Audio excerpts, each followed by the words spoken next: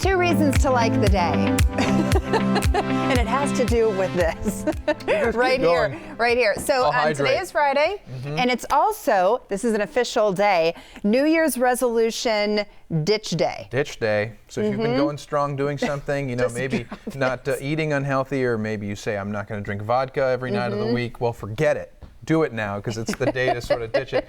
But we've been doing okay with our resolutions, right? What were yours this year? So my big one was make sure that I take everything out of my car at the end of the day and put it inside the house, because then you show up the next day and you open it, you're like, oh, that shouldn't have been inside my car overnight. But yeah, so that's one, and I have to say I've kept with it. This is Alex's new one that kind of shocked me. I was like, oh, hey, what's going on with you? Yeah, this is my Camelback. This is to stay hydrated. And yes, and it has transformed my life, because when you have this in your mouth, you just kind of subconsciously are drinking water, and you start realizing that you have to go to the bathroom every half an hour and every hour, but that's really good for your system to a point. You don't want to drain all your vitamins, but this makes it really easy, and also it makes it so that I can be a little more active, because I can go out farther distances with my dog Henry, and I know I'm going to be hydrated. Is this one of your ideas, or did you see this on Facebook or something? I just have used Camelbacks before, and this was the first time that I had my own. Yes. I usually always borrow it from family members. You're going to notice a difference. I think so.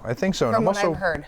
Yeah, from what you hear. And I'm also cooking more food, so that's was one of my other resolutions. You're doing it. You're staying on top of it. The only one that I've had really hold was 10 years ago, where I promised myself I would make my bed before I left. I maybe missed it twice the entire time, because there's nothing worse to me than coming home to an unmade bed. You just feel unaccomplished. It's not a happy way to walk into your bedroom. That's right, but we've talked about that before, and if you do make your bed, the little bed bugs that build up overnight, just make their home in there. Let's move on before you get grossed out. Smart glasses are going to be the future.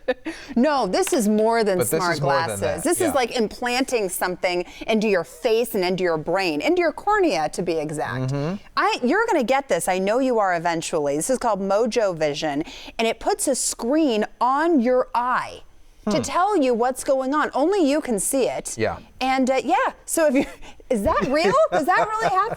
I haven't seen that part. I think eventually you're going to be able to see things like that. But what's cool about it is the little screen on the tip of the contact is the size of a dot from an ink pen. Imagine that. It's the most densely packed display that has ever been made. You're the resident techie, so if I open my eyes after I put this in, are you seeing your schedule on the right-hand side of your eye? A lot of things. So actually, you know, it won't be directly in front of you, because that would be distracting, but you kind of look off to the side a little bit, and that's when the interface will pop up, and you can see weather, and you can see notifications from your phone, etc. And it really is, I think, going to be the future, because it's discreet, and it's not like we are these days. Well, because you're not holding.